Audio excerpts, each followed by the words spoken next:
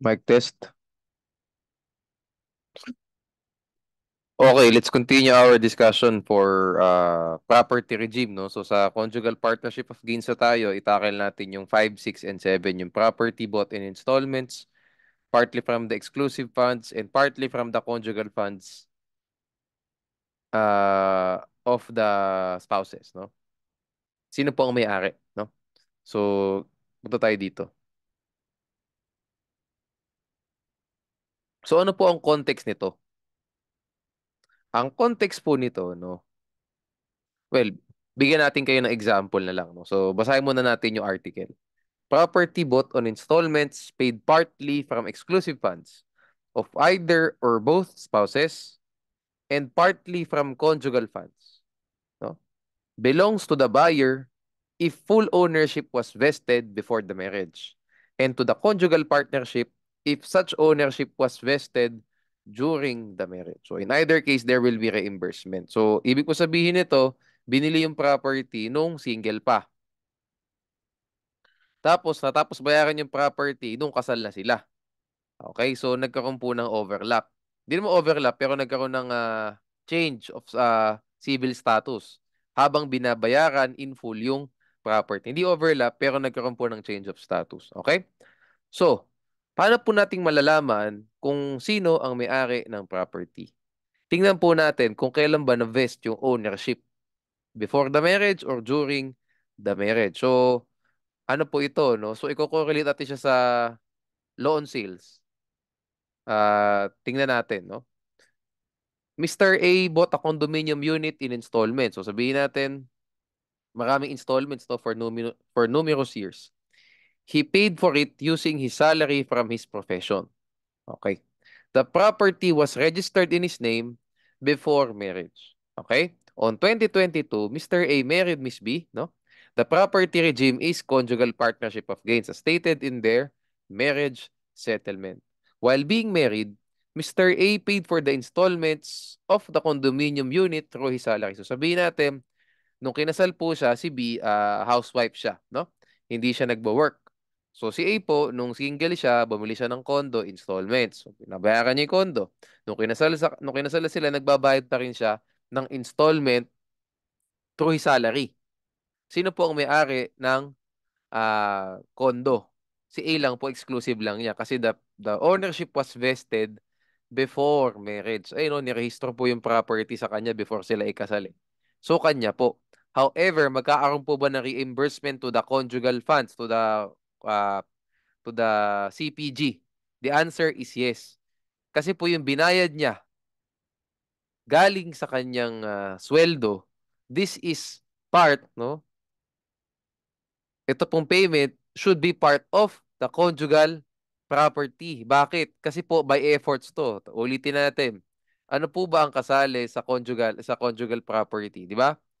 Yung proceeds, interests, fruits of the separate properties and those that they acquired through efforts or chance. O ito efforts to, di ba? So yung pinambayad po dun sa condo nung sila ay kasal na, galing po sa efforts niya. 'Di ba? So basically, iba po yung treatment do sa sweldo niya nung siya ay single pa at sa sweldo niya nung siya ay kasal na. Yung pinambayad niya, yung sweldo niya nung siya ay single pa, o kanya lang talaga 'yon, no? Pero yung sweldo na kinita niya at pinambayad niya nung siya ay kasal na po sa conjugal 'yan. So magkakaroon po ng reimbursement. Okay? Just has to reimburse the conjugal funds for the amount it paid. Okay? Mr. A salary during marriage forms part of the conjugal fund because it was acquired through his effort. So, i-flip naman natin, paano pag yung ownership ibinigay sa kanya nung na fully paid na? Oh, sabihin natin na dito po, ibinigay sa kanya yung ownership, nagbabayad pa siya. So, binigay sa kanya bago pa siya ikasal. Later on, kinasal siya. Pangalawang example naman po, paano kung yung ownership ibinigay lang nung fully paid na? Okay, so parang later on lang na i-transfer, no, nung nabayaran na in full, sabihin natin contract to sell or well, wag na tayo sa ganun, wag na tayo sa contract nuptial whatever, masyado nanggugulo. Basta ibinigay po yung ownership sa kanya, no? Sa kanya lang ipinangalan para mas mahirap after marriage. Kanino po yung property? In that case po sa conjugal funds na. Okay? Kasi the ownership was vested after the marriage. So kahit kanino po nakapangalan niya, sa kanya lang or nakapangalan sa kanilang mag-asawa, sa conjugal po yan. Tandaan niyo po, conjugal lang itong mga rules na to ha. Wala po sa community to. Kasi sa community, di ba, kung ano man ang property mo na ikaw ay kinasal, part na ng community. Doesn't matter how you acquired it, by installment, fully paid ba na cash, GCash ba yan, bank transfer, it doesn't matter. Di ba? Community na siya. Sa conjugal lang po yung may specific rules like this one, no? Pakibasa na lang po. Next tayo. Whenever an amount or credit payable within a period of time belongs to one of the spouses, no? The sums which may be collected during the marriage in partial payments or by installments of the principal should be the exclusive property of the spouse. However, interests falling due during the marriage on the principal should belong to the conjugal partnership. Ibig ko sabihin, ah,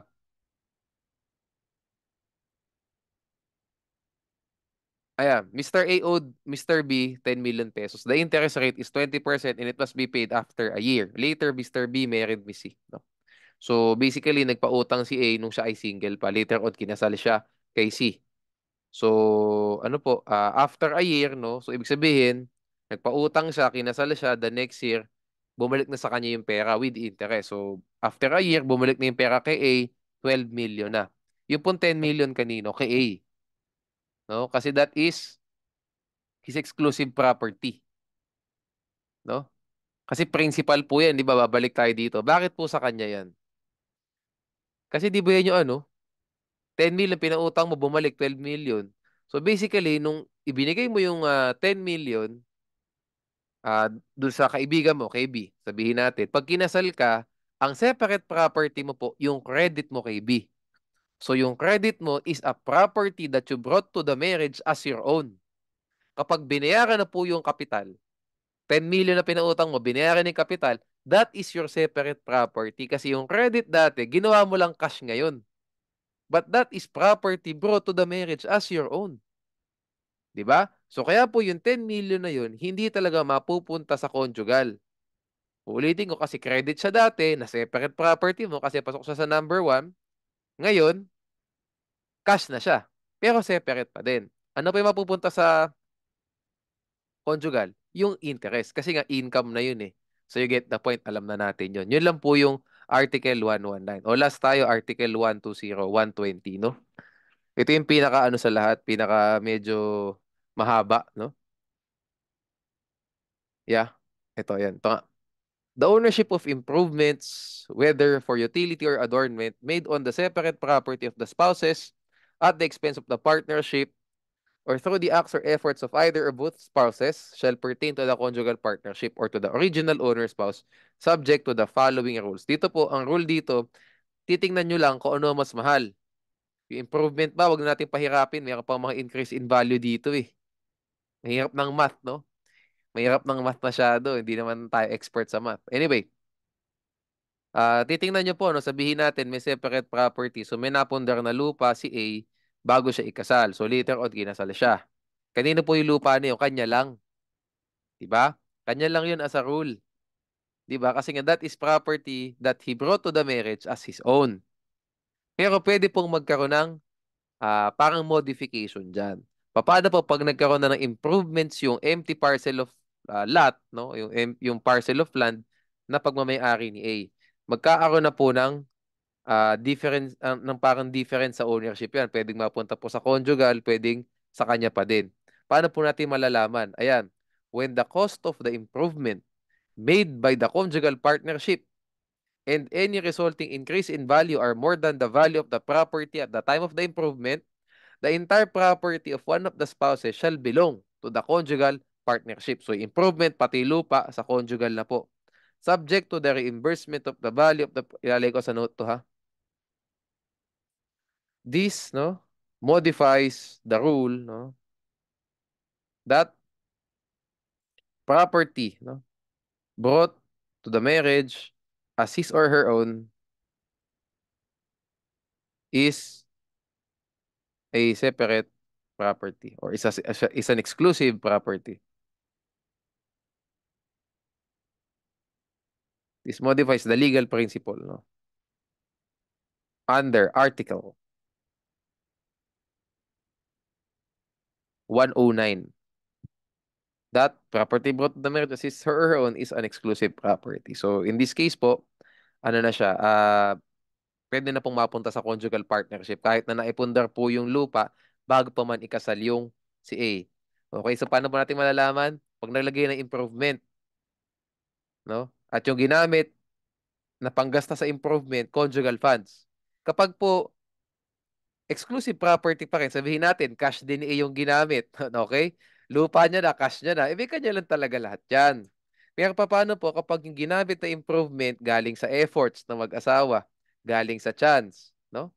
Galing sa income, titingnan po natin kung ano ang mas malaki ang value, no? Yung improvement ba o yung value ng lupa at the time of the improvement. And i-determine po natin kung kanino yung property, depende po dito, no? So pag mas mahal, mas malaki yung value ng property kumpara sa cost ng improvement, ano po ang sagot? Sa asawa lang po lahat, sa kay A lang po lahat. Pero pag mas mahal yung improvement kumpara sa lupa, sa conjugal funds na po siya. Okay? Pakibasa na lang po examples natin dito. Malinaw naman yan.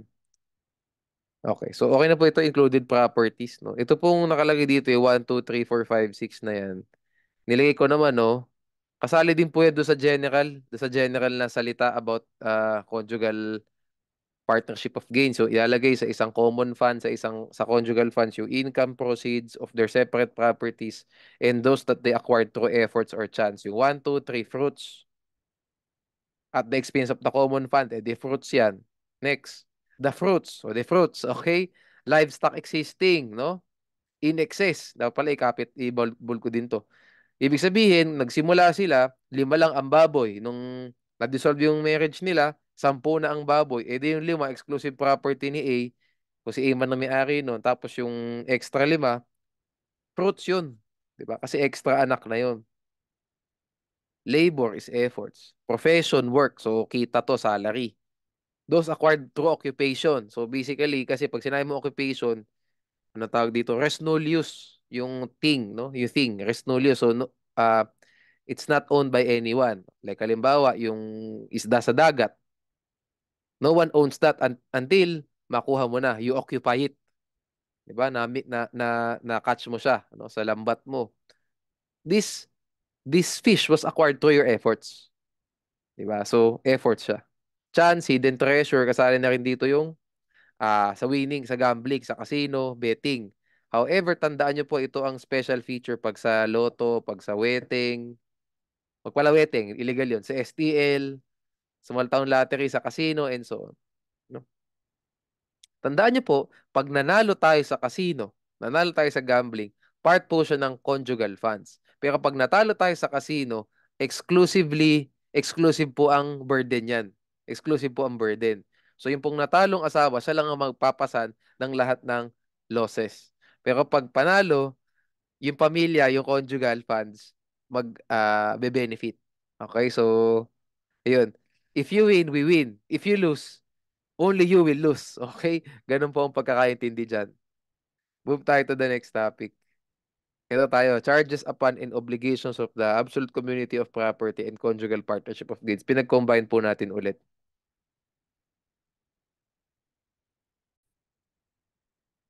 Okay, dito na po tayo sa charges upon and obligations, no?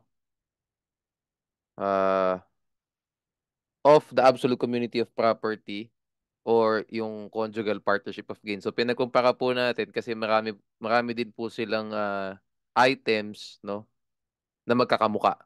No, meron din po sila mga items na magkakaiba. That's why binold po natin, no, yung mga kakaiba. Okay? Ayan, yung mga nakabold din, yun yung mga different ones. Pero yung mga hindi po, ito po yung mga common items. Anyway, no, pag po ganitong binasa nyo sa kasi, like yung isang listahan na yan, nakaka-overwhelm, no? Kasi ilang, ano po yan, no? Sa absolute community of property po, 11 items. A lot of items po, no? So, paano po ang magandang gawin para mas mapadali? yung pag-aaral natin dito. Ang ginagawa ko po pag ganitong mahaba yung enumeration, kina-cluster ko po, no? So, clustering po ang tawag ko dito, sarili ko, no? The way I answer. Or ginugroup ko po, no? Yung mas simple. Ginugroup ko po yung mga common items. Sabihin natin, etong debts, ilang beses nabanggit yan? Tatlo. Isang grupo po yan. So, para nasa isip ko ngayon, naka-register sa isip ko na pag may debt, o may tatlo agad. Okay, ganun po, no? So, kung i-memorize ko po siya, lumiliit po yung kailangan kong i-memorize. Sabihin natin, support expenses debts lang. So sa support, ilan po yung tinakil? Sa expenses, ilan po yung tinakil? Sa debts po, ilan yung tinakil? So instead po na 11 yung mini-memorize ko, tatlo na lang po. And then each item, meron po mga sub-items. Ganun po ang ginagawa ko para mas madali siyang i-absorb, no? Especially mahaba enumeration. May enumeration sa ACP, may enumeration sa CPG. So, how many items would that be? 20 plus. Di ba? Ang hirap niyang sa uluhin, no?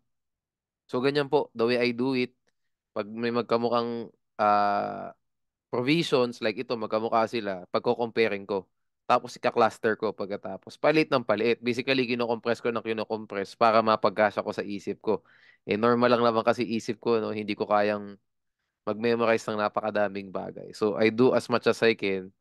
I maximize the space that my brain has. 'Di ba?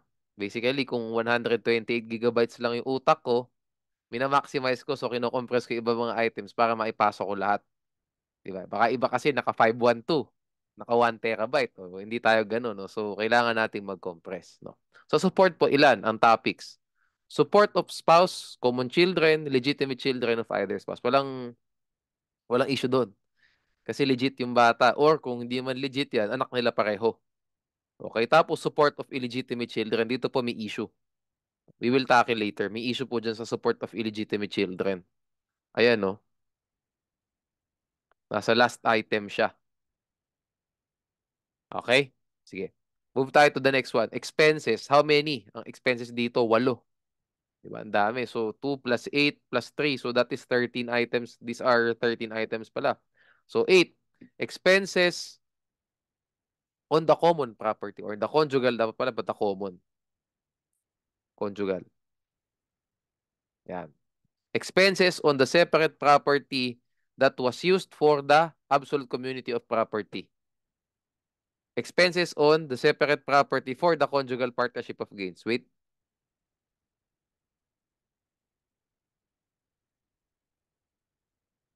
Dito yun.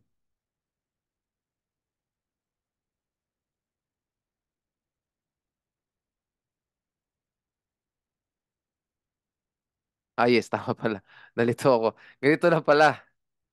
Ibig ko sabihin, yung expenses, ah, incurred. Dapat hindi on. Incurred. Yan.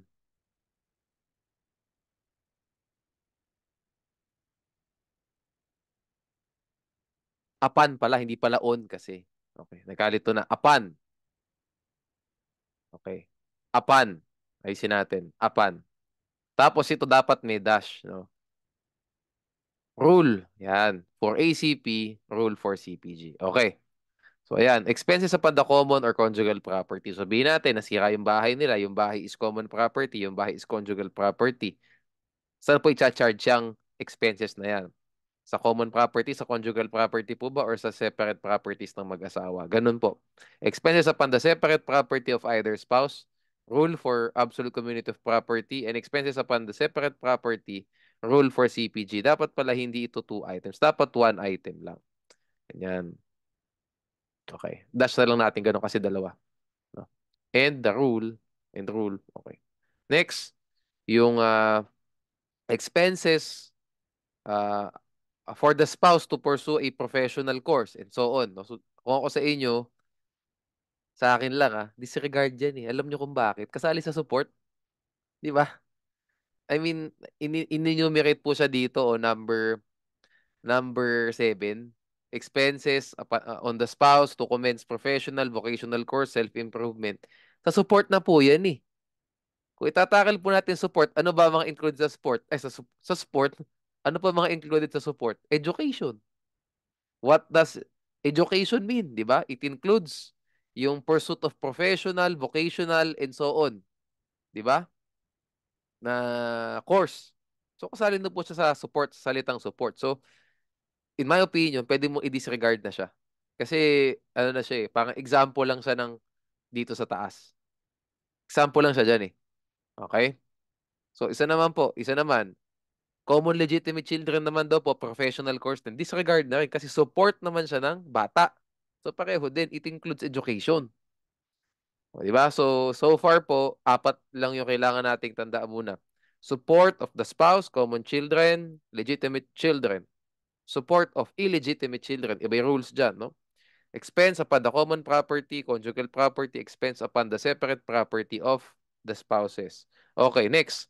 Expenses for litigation between spouses, annulment, declaration of nullity, legal separation. You get the point. Bawsi. Liabilities for crime. So, sinisingil po tayo, no? Damages, fines, indemnities. Okay? Gambling losses. Nabanggit na natin to previously, di ba? Sabi ko nga sa inyo, pag nagsugal ka, pag nanalo ka, magbe-benefit ang family mo. Pero pag natalo ka, ikaw lang ang magbe-bear nung pagkatalo mo. Next tayo, no? Debts. Antenuptial debts. Debts incurred during the marriage with the consent of the other spouse. And debts incurred during the marriage without the consent of the other spouse. Tatandaan nyo, dito muna tayo sa number 2 saka sa number 3. Alam nyo naman at this point, dahil magbabar na tayo, na mayroon pong spousal consent na tinatawag. Di po ba? Ano po sabi sa spousal consent? Kapag nag-dispose ka ng property nang walang consent yung other spouse, void po yung contract. Tandaan nyo po, hindi po kasali dyan yung debt. Bakit? Kasi po pag umutang ka, wala naman pong disposal ng property unless may mortgage. Sabihin natin, umutang ka sa kapatid mo 1 million. Walang collateral, walang sanla. Kailangan ba ng spousal consent o hindi? Hindi po kailangan. Kasi you did not dispose anything. You actually gained property. You acquired property. What's that property? Yung utang. Magkakaroon lang po ng problema dyan pag naglagay ng mortgage contract. Kasi nagkaroon ka na ng alienation of property without spousal consent. Nabanggit ko lang. Anyway, uulitin ulit natin mamaya yung topic na yun, no? Nabanggit ko lang kasi nakita ko na tong debts during marriage without consent, no? Anyway, balik tayo sa support. Balikan nyo na lang yun para na-get nyo, no? I mean, ganun lang talaga dapat, no? Huwag masyadong focus sa puro kaso. You need to exercise your mind. Train your mind. Paano pag ganun? Di ba? Pure utang, utang na may sanla, iba pala treatment pag walang spousal consent. Diba? We need to think broader. No, we need to think broader. Okay, so support tayo. Mukhang kailangan ko, hindi ko na ata kailangan itakil to. Get nyo na yan. Support of spouse, common children, legitimate children. Expenses siya, expenses. Charges siya sa community property or sa conjugal property. Malabang. Di ba? Okay na yan. Move tayo. Tandaan nyo lang, ang support, matatakal din naman natin later on matatakal din natin siya later on sa discussion natin sa support. It includes education. Di ba? And education includes college education. Even law school eh. Kasi po, sabi doon, included po sa salitang education yung pursuit of profession. Okay, kung gusto maging abogado ng anak mo, included yun. Kung kaya natin, in keeping with the financial capacity of the family. Kung kaya mong magpaaral at yung anak mo gustong mag-law school, kailangan ibigay mo. Okay? Kailangan ibigay mo. Kasi, kaya mo, so it's in keeping with your financial capacity at in the same time, ang education po, this is education, support for education. It must be provided for even beyond the age of majority. Okay?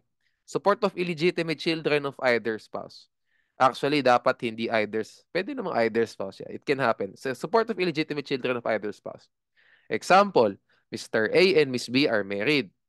Mr. A impregnated Miss C while his marriage with Miss B is subsisting. So as a rule, the absolute community of property or the conjugal partnership of gains cannot be charged with the support of the illegitimate child of Mr. A and VC. Mas maganda po talagang itakil, basahin nyo na lang din po ito sa reviewer. Mas maganda po itakil yung mga charges and obligations na yan kapag may examples kasi ang haba. Diba? Tandaan nyo yan sa enumeration, sa requisites na mahaba, whatever. Ang gamot nyo dyan, para maintindihan nyo lagi, ah, examples. Okay? So as a rule, no?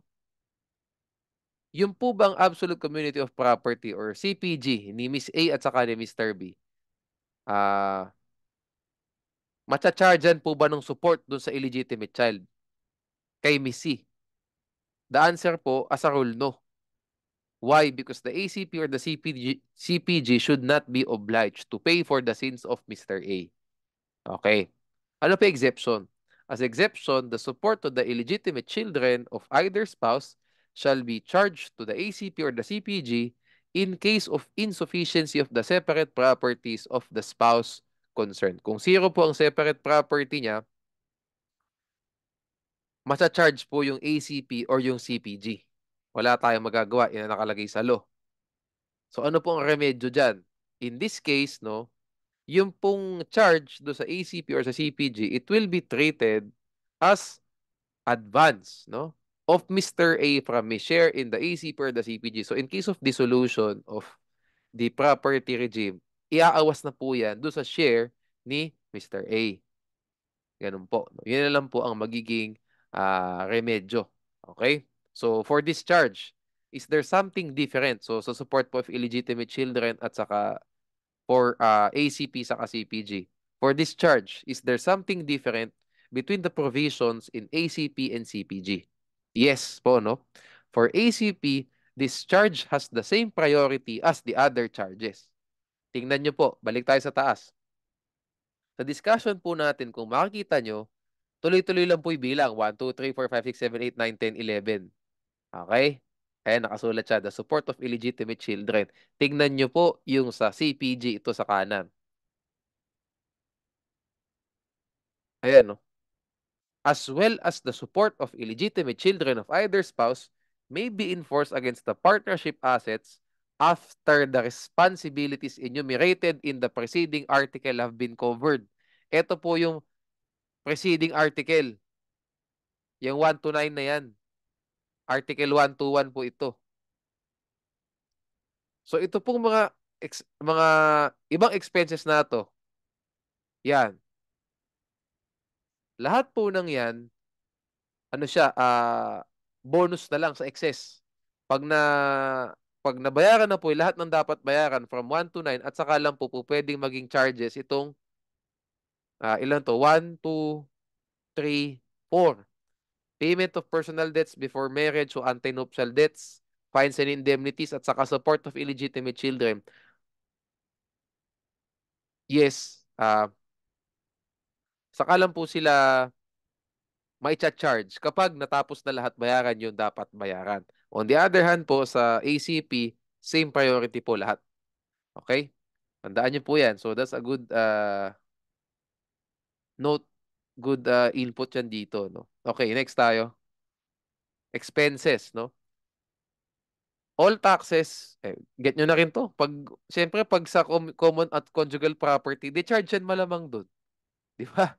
This covers all kinds of expenses, no? Whether luxurious, for improvement, necessary, charge po sa common or conjugal property. Okay? Now, what about all taxes and expenses for mere preservation? No? So, necessary expense po ito. During the marriage, upon the separate property which was used by the family. So, for ACP po ito. No? ACP lang tayo. What does mere preservation mean? This covers both minor and major repairs. So, tandaan nyo pa, pag sinabing mere preservation, necessary expense yan. But the necessary expense can be minor, can be major. No? Nasira ang kotse, major yan. No? Na flat ang gulong, minor yan. But either way, necessary expense yan. Okay? So, sabihin natin yung kotse, separate property ni A. Tapos yung kotse, gamit-gamit ng pamilya niya.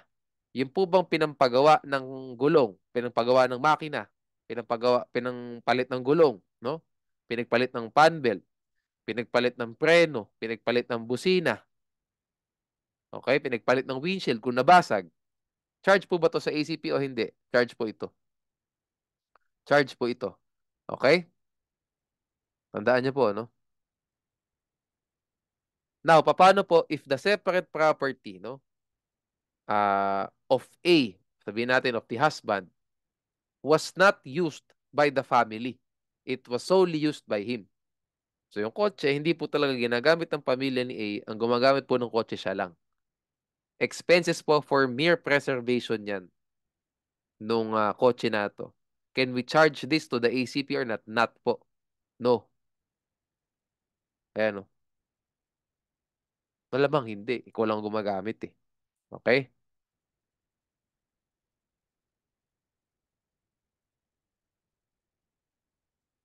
So ngayon, what about expenses during the marriage for improvement or for luxury on the separate property of one of the spouses and that property is used by the family? Sabihin natin, yung kotse, ulit, no? So ano po ba ang luxurious expense dyan? Ayan, replacing the rims of a new and spotless car. Replacing the plate number, di ba? Gusto natin yung modified, hindi lang yung 7 character na plate number. Gusto natin mas mahaba, 10 characters. Di ba? Vanity plate ang tawag dyan. So, magbabayad ka sa LTO. Luxurious expenses po ito. So, tanong, and attaching a special attorney plate to the car. O, another pa yan. Maraming ganyan. Okay? So, in this case po, no? Ginagamit naman yung kotse ng pamilya ha. Will this be charged to the absolute community of property? Will this be charged to the community property or not? No. Wala naman nakasulat eh. Diba? It's not included there, so it should not be charged to the ACP. No? So whether ano tawag dito? Whether for improvement siya or for luxury, no? Kahit po ginagamit ng pamilya yung separate property ng asawa, hindi po siya pwedeng i-charge sa ACP or CPG. Kasi ano po yung conditions bago ma-charge sa separate property yung expenses? Mere preservation, no? Malamang during the marriage. Pag before the marriage, that's so obvious. Okay. Mere preservation, wala tandaan nyo, dapat mere preservation, separate property, and must be used by the family. O kapag yan, common property yan, kahit ano pang klaseng expense yan, uulitin ko, charge po yan sa ACP. Pero pag separate property, we need to check sino ba sino ba ang gumagamit at ano ba yung expense na tinatawag natin. Necessary ba, luxurious or improvement? Ginagamit ba ng pamilya o hindi? You get the point. Pag wala yung isa doon sa mga requirements na yun, hindi pwede i-charge. Pag andun lahat, pwede i-charge. Sa ACP or sa CPG. We get the point. So, for CPG naman, no? All taxes and expenses for mere preservation during the marriage upon the separate property of either spouse. Kung makikita nyo po dito, walang sinabing used by the family. Okay? Walang sinabi. Why? Kasi po sa CPG, yun ang presumption. 'Di ba? Sa CPG po, yung mga property na ipundar ng asawa bago siya ikasal, kanya pa din. Pero yung income niyan, yung proceeds niyan, yung benefits niyan, yun yung dadali mo sa conjugal funds. So, ganun po ang presumption sa CPG. Kaya po pinag-iba ko. Lahat ng to, separate property mo pa din, pero yung pong utility niyan, yung benefits niyan, yung income, yung proceeds, yung fruits niyan, dadali mo sa conjugal. So, hindi po natin kailangang sabihin na used by the family yan kasi that means, ang presumption po ng law, ginagamit talaga ng pamilya yung separate property mo for CPG. Sana po nagiget nyo. Okay? Okay? Sana po nagiget natin, no? So, ano po ang requirement lang for CPG? Dalawa lang. Well, isa lang actually. Mere preservation during the marriage. Pero yung during the marriage, obvious naman. Pag before the marriage, ba't i-charge naman sa conjugal funds, di ba? So, mere preservation lang. Tapos separate property. Hindi na natin kailangan malaman sino gumagamit. Kasi presumed na yun na ginagamit ng pamilya yan. O pag improvement luxury yan, hindi rin pwedeng i-charge. Kasi nga, mere preservation lang. Okay? Okay, we're good there. Okay na to sa ano, professional, vocational. Ayan, no, support comprise everything indispensable. Education, 'di ba? In keeping with the means of the family. Profession, trade, or vocation. Okay tayo dyan? The same thing to. Yun din, support din kasi. Okay, natakil na natin expenses of litigation between the spouses. We're good there. Eto na tayo. Liabilities incurred by reason of crime or quasi-delict. Tandaan nyo. Okay? Ah,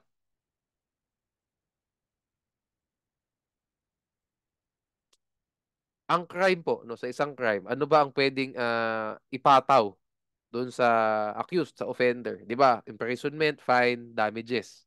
Oh, yung fine po, ayan, nakasulat naman dito. 'Di ba? Indemnities nakasulat din. Ito yung mga actual, moral, exemplary, and so on.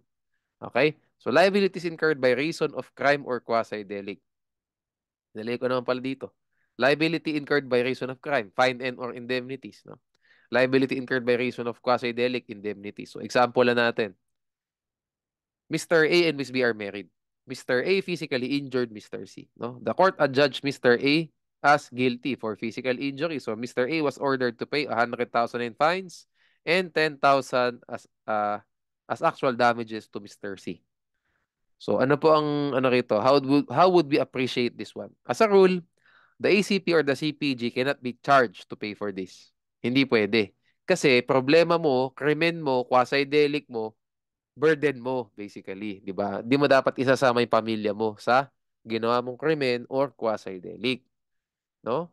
Again, the ACP or the CPG should not be obliged to pay for the sins of Mr. A. Parang sa illegitimate child lang po.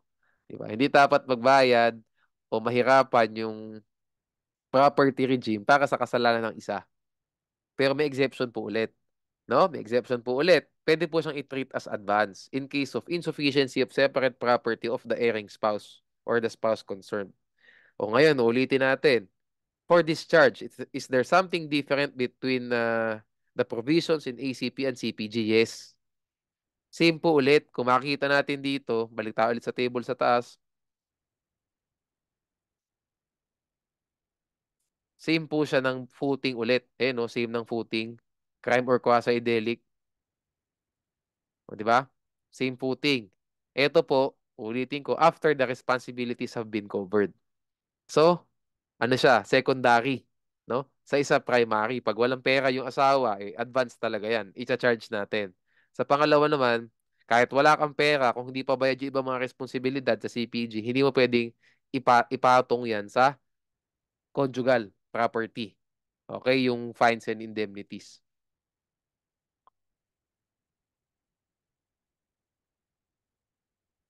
Okay. Debts, no? Antinuptial debts which have redounded to the benefit of the family. So, umutang bago magpakasal ng 1 milyon. Yung 1 milyon ginamit para sa pamilya. Why is consent of the other spouse not mentioned in this case? Siyempre, wala pang consent kasi nga, inutang mo bago ka ikasal. Para saan yung consent ng asawa mo? Di ba? Di mo pa siya asawa at the time eh. Jowa mo pa lang. So, hindi kailangan. O, next. Example tayo. Antinuptial debts. So, debts before the marriage. Contracted before the marriage for the benefit of the family. Charge po siya sa ACP or CPG. Malamang eh. It benefited the family. O what if before the marriage and it only benefited one spouse? Hindi pwede. Obvious. Pero may exception po, no? As exception, it can be charged to the ACP or CPG in case the separate property of the spouse who contracted the debt or who incurred the loan is insufficient. So, advance po siya. Okay? For discharge, is there something different between the provisions in ACP and CPG? Meron din. Okay? For ACP ulit, same priority siya. Yung antenuptial debt ng isang asawa that only benefited him. Diba? Same footing po siya as the other debts. So yung antenuptial debt for his sole use at sa kay antenuptial debt for the benefit of the family sa ACP pareho lang ng footing. Sa CPG po hindi, no? Secondary po ulit, subsidiary siya. Pag nabayaran na yung ibang mga utang at saka lang pwedeng bayaran yung utang ni spouse, no? That was used for his own benefit, not for the benefit of the family. Okay? All debts and obligations contracted during the marriage by administrator spouse for the benefit of the ACP. We're good there.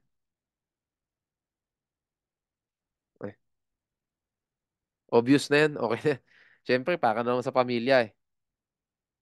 Debts and obligations contracted by spouse during the marriage without the consent, without the consent of the other spouse, which the family may have been benefited. Benefited eh. Di ba? Pag nag-benefit ang family, hindi pwede hindi mo i-charge dun sa property regime. Ulitin ko, pwede po bang magkaroon ng debt na valid, no? Valid debt without the consent of the other spouse? Yes. Kasi nga, there was no disposition of property. There was acquisition of property. There was no alienation of property. Okay? So we're good there. Oh, with that being said, tapos na tayo sa charges and anyway, wala po masyadong tanong doon sa charges and obligations, no? Di ba nabanggit ko na yung debt? Pagtakil na natin to. Napaka-important ito. Halos every year sa bar, tinatanong. Ang pinaka-important ito. Yan. Pareho lang, no? May penalitan lang ng konti yan. Yung community ginawa lang conjugal. Okay?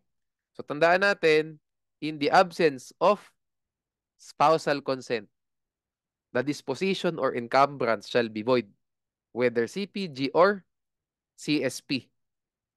CSP, complete separation of property, whether CPG or ACP. Pero meron pong modification. Itakil po natin yung modification, no? Ito.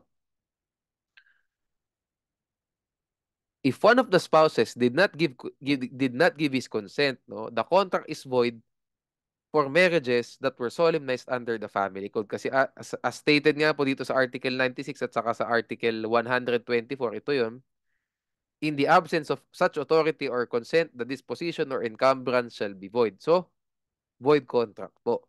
Diba? Under the family code. Meanwhile, the contract is voidable for marriages that were solemnized under the civil code. So, kailan po naging effective ang family code? 8388. August 3, 1988. So, pag po na-solemnize yung marriage, 1975, sabihin natin. So, magulang natin, 1975 kinasal, sabihin natin. Tapos, nagbenta ng property yung tatay nang walang consent yung nanay. Voidable po yung contract. So, subject po to ratification. On the other hand, kapag po kinasal yung magulang natin, 1989, sabihin natin. The contract is void if there was no consent by the other spouse. Okay po? Pero may exception po dito. Kailan po pwedeng magkaroon ng valid donation, no? Despite the lack of consent of the other spouse. So sa family code na lang po tayo, no? Moderate donations for charity, family rejoicing, and family distress. So what is moderate? Ano po ba ang chill? Ano po ba ang relaxed na donation lang sa isang pamilya? It depends upon the financial capacity of the family. So what is expensive to one family is moderate to the other. So tingnan nyo na lang po, no? Use our common sense na lang sa bar exam, no?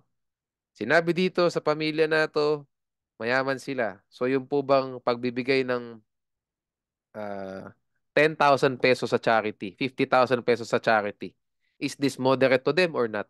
Tingnan nyo na lang po sa facts. Kung mukhang moderate yan, that is a valid contract of donation even without the knowledge of the other spouse. Ayun na nakalagay. Either spouse may make without the consent of the other moderate donations for charity, family rejoicing, family distress. Uulitin ko po pala, no, tangent lang tayo. Iba po itong donation na to kumpara doon sa donation between spouses. Yung pong donation between spouses, yun yung tinakil natin sa marriage settlement. Diba? Sabi, ang donation between spouses shall be void unless made sa marriage settlement. Diba? Hindi pwede. Donations between spouses, no? General rule, during the marriage shall be void. Ano pa yung mga exceptions? Donation sa marriage settlement. Tapos, family rejoicing din. Okay? So, anyway, balikan nga natin. Sige, balikan natin. Para di kayo malito, mga kapatid. Ayan, donation by one spouse to the other spouse, no? Tama naman pala ako, no? So, may isa ako nakalimutan yung future property. Every donation or grant of gratuitous advantage during the marriage, no, between the spouses shall be void. And this also applies, tandaan nyo rin pala to, sa common law spouses. Living live-in relationship. Okay? Exceptions po, moderate gifts. Kaya minsan nalilito kasi yung family rejoicing na to, moderate gifts, twice nabanggit eh. Di ba? Nabanggit to dito sa usapang donation between spouses. Nabanggit din po siya pag nagdo-donate ng property yung isang asawa sa charity. Pareho yan, moderate gifts, family rejoicing. Pero tandaan niyo po, iba ang treatment ha, iba ang provision. Diba? Donation between spouses and donation by one spouse without the consent of the other to a charitable organization. Magkaiba yan. Okay, marriage settlement, tapos future property sa wills and succession pwede. Sabi ko nga dito, kaya siya pwede dahil kapag namatay na isang spouse, dissolve na yung property regime. Since dissolved na yung property regime at noon lang din po mag-e-effect ang isang last will and testament, valid po yung donation of future property. Kasi sabay, di ba? At once na-dissolve po yan, pwede na talagang i-donate kasi magpapartition eh. Di ba? Okay. Anyway, we go back to our discussion, no? Okay, so ayan.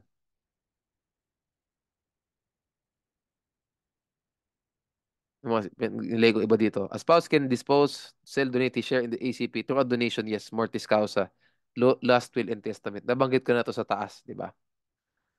Hindi niya pwede ibigay ng intervivos kasi buhay pa siya. Ang labo naman na mag-asawa kayo pero yung share mo doon sa ECP or sa CPG na ibenta mo na sa iba.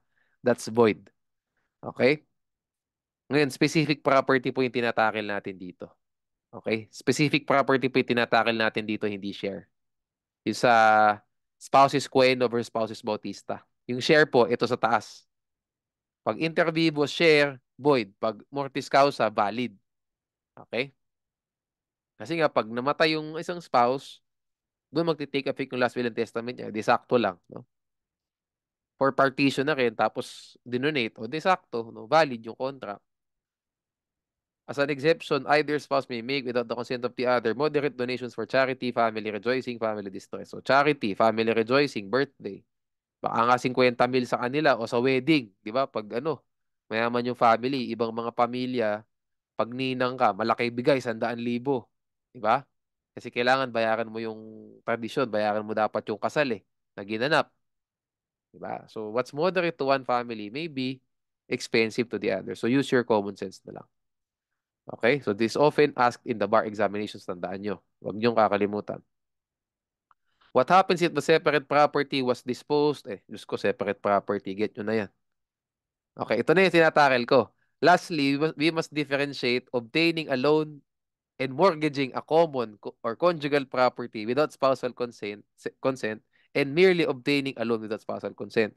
Pag nag-obtain ka ng loan and mortgage, yung pong mortgage contract void. Okay? Pero yung loan valid. Tandaan yan. So, dalawa po yung scenarios, no? Yung isa, loan with mortgage. Walang spousal consent. Yung pangalawa, may loan. Walang mortgage. Walang spousal consent. So, dito, loan mortgage, walang spousal consent. Loan, walang spousal consent. So, sa pangalawang scenario po, natakala natin, valid contract po yan. Kasi there was acquisition of property, wala pong alienation, disposition, encumbrance of property. Kasi straight loan eh. Sa pangalawa po, ano mangyayari? Yung mortgage contract po void. Kasi na-alienate yung property without spousal consent. What about yung loan? Di ba? Loan with mortgage eh. Yung loan po valid pa din. Kasi acquisition of property ulit yun. So ano po nangyari dyan?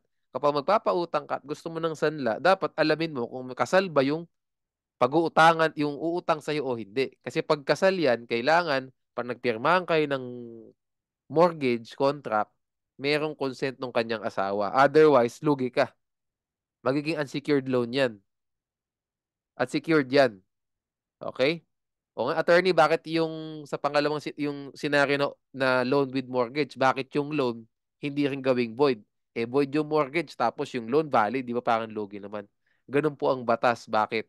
Kasi yung pong mortgage, accessory contract lang. Di ba? An accessory contract cannot exist without a principal contract. But a principal contract can exist without an accessory contract. Accessory contract lang ang void kasi mortgage nga, walang spousal consent, void.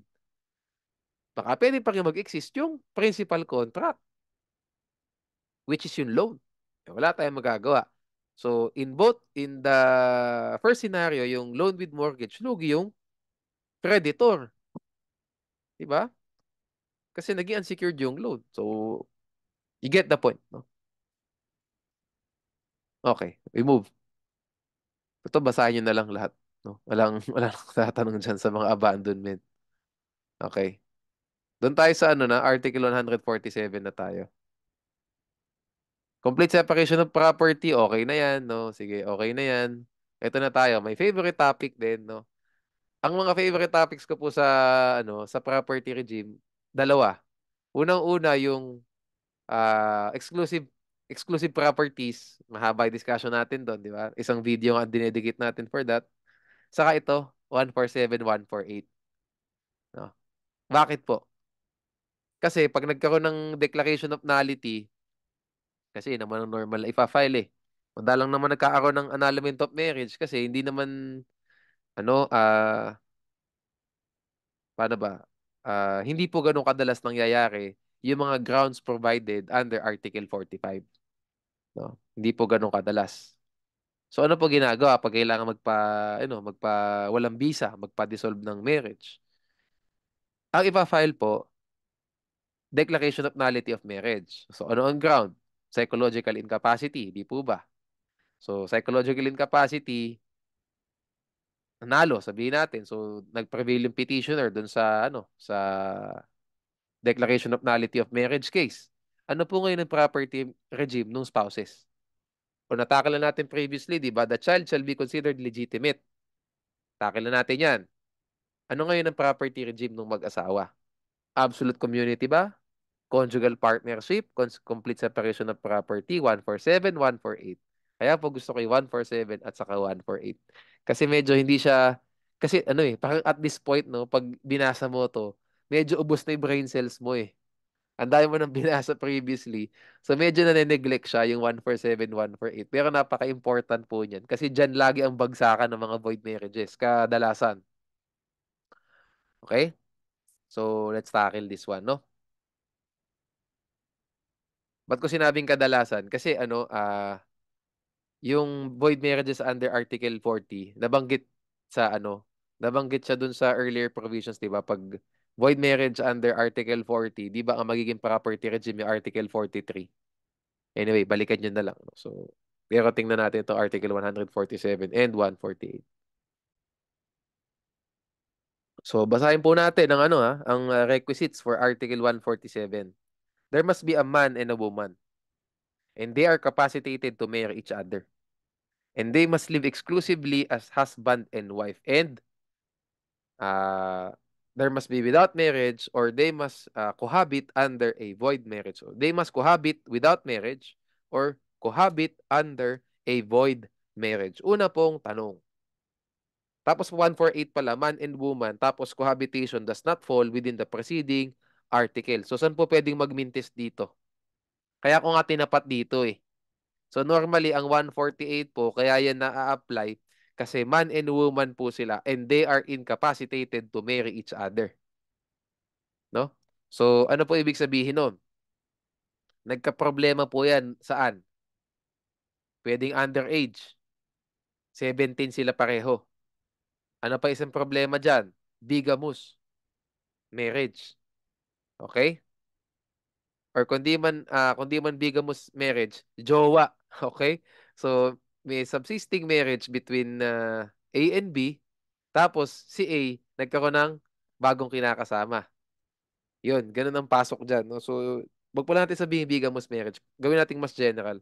Ang problem po sa Article 148, normally dalawa. Pero meron pang mga iba. No? Ang normal na tanong dyan lagi, underage or one, one of the parties has a subsisting marriage. A previous subsisting marriage. Okay, sige. Tackle natin. Una, same-sex relationships. Si A at saka si B, pareho silang lalaki. Nagkaroon sila ng pamilya, no? Nag-ampon sila ng bata. Nakapag-pundar sila ng maraming properties. What property regime will govern the parties? No? A and B. Law on co-ownership po under the Civil Code. Wala po sila dito sa Family Code, no? So, ano po ang ano nun? Ano po ang resulta? No? So sabihin natin, pareho silang lalaki. Yung isa pong lalaki, nagtatrabaho, siya yung nagpupundar ng mga bagay-bagay, yung isa, stay at home. Okay? Mag-aalaga ng bahay, nag-aalaga ng pamilya. Pag po nag-break up sila, no, nag-split sila, lahat po ng property, mapupunta lang kay A. Kasi co-ownership eh. Pag sinabi mong co-ownership, kung sino rin nag-ambag, yun lang yung may right do sa property. Only he has the share.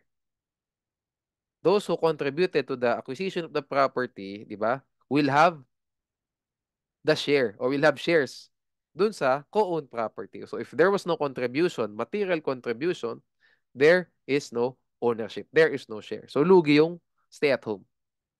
Okay. Sa 147 po, ano ang natakil ko na yan? Bar question 2015 bar. So, law on co-ownership, no? Hindi po Article 147 on co-ownership. Co-ownership under the Civil Code. Okay. So, ayan. Tackle pala natin, no? So, ayan. So, same-sex marriage, Civil Code. Under 18 years of age, 148, as I said earlier. No? Lack of marriage license, lack of marriage ceremony, lack of authority of the solemnizing officer, 147. Under a void marriage sila. But they are capacitated to marry each other. Na-void lang po yung marriage for formal kasi absence of formal requisite. Okay? Bigamous marriage, 148. Mistake, 147. Subsequent marriages that are void under Article 53, ito yung punishment, no? Sa subsequent marriage, not because bigamous, but because hindi mo nirehistro yung judgment sa sa registry, no? Punishment lang siya, hindi siya bigamous, no? So 147, psychologically incapacitated, 147. Kaya ako binabanggit, kaya talagang important tong 147 yan. Incest, 148. Contrary to public policy, 148. What if both under 18 years of age and lack of marriage license? Siyempre, mga bata, ano lang, baka-bakan, tumrabaho, nagpakasal, parehong 17, tapos wala silang marriage license. What property regime will govern? 148.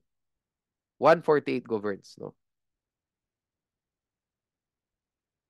Bakit? Kasi nagminti sila dito. So, 148.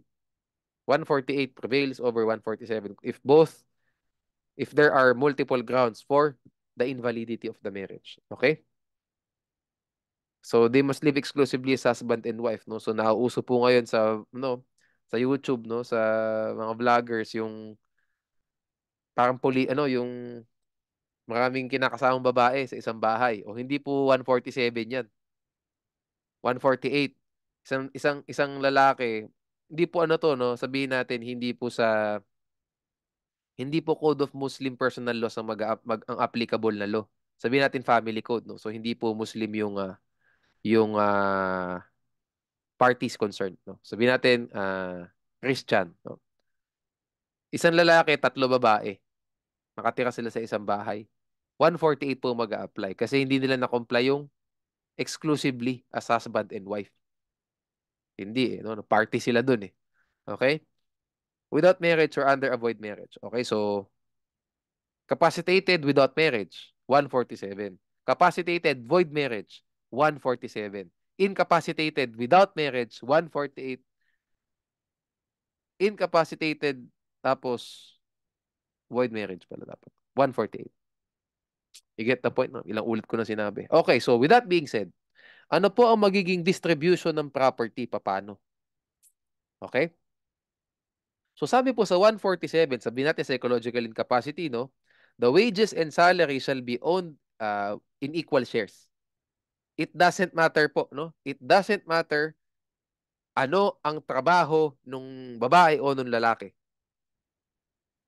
Kung bam yung babae, yung lalaki lang ang nagtatrabaho o yung babae lang ang nagtatrabaho, bam lang yung lalaki, the wages and salaries that they earned shall be owned by them in equal shares. Wala po tayong pakialam kung sino ang nag-effort o kung may effort mang binigay. Wala tayong pakialam. Okay? Iba po yung wages and salaries kasi efforts po yan. Iba yung property acquired. Yung property acquired under Article 147, iba po ang appreciation. Okay? Sa property acquired po, they will acquire or they will have shares do sa property that they acquired as provided by this, itong in-highlight ko na to. Okay, so basahin natin. In the absence of proof, no? Properties acquired during their cohabitation shall be presumed to be obtained by their joint efforts, work, or industry. Okay. So sabihin natin, may nakapagpundar ng bahay, no? Nakapagpundar ng kotse, no? Ang presumption po diyan, they acquired this, they obtained this because they jointly put in work. So they will own that in equal shares. Okay? They will own that in equal shares. So a party who did not materially participate in the acquisition, when you say materially, nagbigay ng pera. A party who did not materially participate in the acquisition of the property shall be deemed to have contributed jointly in the acquisition of the same. If ang effort niya is yung maintaining the household and taking care of the family. Okay, so anyway, let's simplify this one, no? So, wages and salaries doesn't matter papanong sino ang nagtatrabaho o may nagtatrabaho man o bamba yung isa, equal. Sa property acquired during cohabitation, ang presumption po, no? Joint efforts. So equal. Equal shares din. What does joint efforts mean? It includes maintaining the household and taking care of the family. Ganun kasimple. Ganun kasimple. Okay? So ano po ang ibig sabihin ng in the absence of proof? In other words, ano po ba ang kailangang patunayan ng isang partner dyan para hindi magkaroon ng share yung kabilang partner? Nangyari po ito sa Tan Andal versus Andal case. Ulitin ko. Ano po ang ibig sabihin ng salitang in the absence of proof? Ano po ba ang kailangang patunayan ng isang party, ng isang partner, para yung kabilang partner, yung partner niya, hindi magkaroon ng interest, hindi magkaroon ng share doon sa property na na-acquire during their cohabitation. Ang ibig po sabihin nito, kailangan mapatunayan mong walang effort yung other partner in acquiring this property. So what does effort mean? Okay. Malamang, hindi siya nagbigay ng pera. Kasi pag nagbigay ng pera yan, hindi mo pwede tanggalin sa kanya yon kasi nagbigay siya ng pera eh. So ano pa yung mga kailangang patunayan nitong isang party para walang right yung isang kabila? Hindi nagbigay ng pera, hindi nag-take care ng household, hindi nag-maintain ng household, hindi nag-take care ng family. That's what happened in the case of Tan Andal versus Andal. Ito, if one of the parties did not contribute in any form, what does in any form mean? Okay? Money, property, ano ba yung I? Industry. Okay? Pala ano to? Yeah, money, property, industry did not contribute anything. No? Money, property, or industry. And likewise, that party did not contribute in the form of maintaining the household and taking care of the family, there is no co-ownership. There is no co-ownership. Walang one half, one half. Lahat po ng property mapupata doon sa partner na nag-materially contribute. Kanya lang lahat. Tan Andal versus Andal case. Okay? Next tayo. Move tayo to the other side.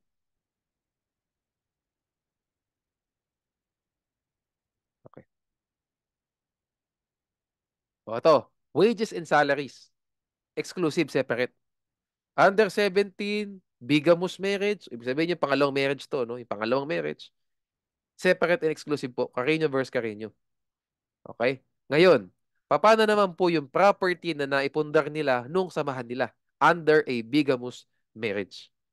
Okay.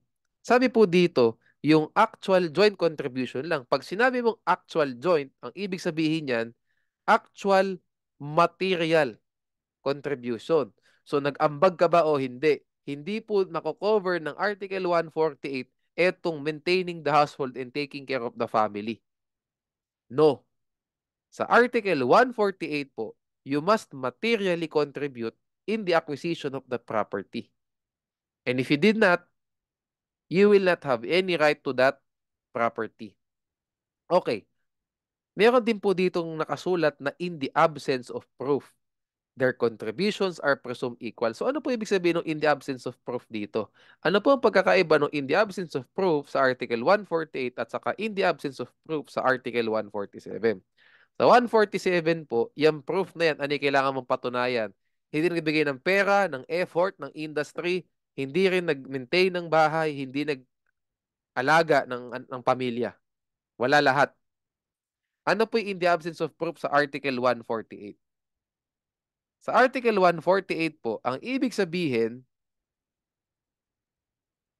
there must be proof of actual contribution. Okay? Kailangan may pakita material. Ibig ba sabihin ng in the absence of proof dito, wala po tayong problema. Meron po talagang patunay yung both parties na nag-ambag sila ng pera para mabili yung property. And in the absence of proof as to magkano man yung pera na inambag nila para mabili yung property, the presumption is the contribution is equal. Ulitin natin. In the absence of proof sa Article 147, it just means that uh, pag walang proof, pareho kayo nagpakahirap para bilhin yan. Para makuha yan. Sa 148, ano pa in the absence of proof? Kailangan mapatunayan mo nagbigay ka. Nag-abot ka. Okay. Pag napatunayan mo nag-abot ka, ang presumption, half ang binigay mo para mabili yung property. Pero hindi po ibig sabihin na automatic may joint effort ka. No. Ulitin ko. So pag sa 148, you need to prove first that you contributed something. Sa 147, you don't even, kahit nga wala kang binigay na pera, di ba? Kasi yung joint effort, it includes maintaining the household, taking care of the family. Sana po nagigit? 148, you need to prove that you gave something first. As to how much is that, we presume it is equal. Pero pag wala ka talagang patunay na hindi na nagbigay ka ng pera, zero ka man kasi hindi actual. There is nothing actual, material contribution. Okay? If there was no proof of real contribution, you have no right, you have no share over the property acquired during cohabitation. Okay, may isa pa dito, no? If one is validly married to another, his share in the co-ownership shall accrue to the ACP or CPG existing. So ano po ibig sabihin nun? Ito, Mr. A and Miss B are married. Later, Mr. A lived with his paramour, Miss C. Mr. A bought a parcel of land and registered it under his and Miss C's name. Who owns the property? Miss A and Miss B. Why? Kasi kung makikita niyo po sa facts, ang bumili lang po ng property si A lang. So ano po? Wala pong actual contribution si C. Di ba? So that means C has no right over the property. Okay? Now, yung po bang property, di ba? Pundar lang ni A. Yan po ba property lang ni A o hindi? Hindi po. Hindi lang siya property ni A kasi nakasulat din po sa Article 148, the share of A in the co-ownership shall accrue to the ACP or CPG existing. Diba? So here, the whole parcel of land shall form part of the community property of A and B. Because the property regime of A and B is absolute community of property in the absence of a marriage settlement and Mr. A share, which is the whole parcel of land, di ba, shall accrue to the community property. Sana po nagiget natin. Yun po ibig sabihin niya. Pero attorney, paano kung nagbigay talaga ng pera si C? O di tatlo sila maghati-hati dyan. Unjust enrichment naman yun. Kung yung kabit talagang nagbigay naman ng pera para mabili yung property, hindi mo pwedeng tanggalin sa kanya yun just because kabit siya. O sabihin natin, si A at saka si C, yung kabit, o nag-half-half sila, bumili ng kotse, tig 1 million sila. O, later on, nalaman ni B, o magkano pwede i-claim ni B? Na kanila. So 1 million, 1 million, di ba? Yung 1 million po na binigay ni C, 50% kanya po talaga yun. Kasi napatunayan po niyang meron siyang actual material contribution. Meron, no? Hindi nga kailangan ng in the absence of proof eh, kasi talagang it shows, it is conclusive that the contribution was equal. Tig 1 million eh. Okay. So ngayon, ano po ang share? Ah, magkano po ang share ni A? 1 million din, 50% din, di ba? Kasi yun yung kinontribute niya dun eh. And this 50% share shall accrue to the absolute community of property. So, in total, no, in sum, magkano lang po ang parang KB dyan do sa legal wife? 500,000 lang. Kasi 50-50 lang sila ng asawa niya. So, 500, 1 million. Ganun po, no? Pwedeng tatlo. Pero kung wala naman talagang binigay yung kabit, o di yung buo na yon, tig 1 million sila ng legal husband sa legal wife. Hopefully, na-get po natin. Okay? Okay na to. For the next video, paternity and filiation na po tayo.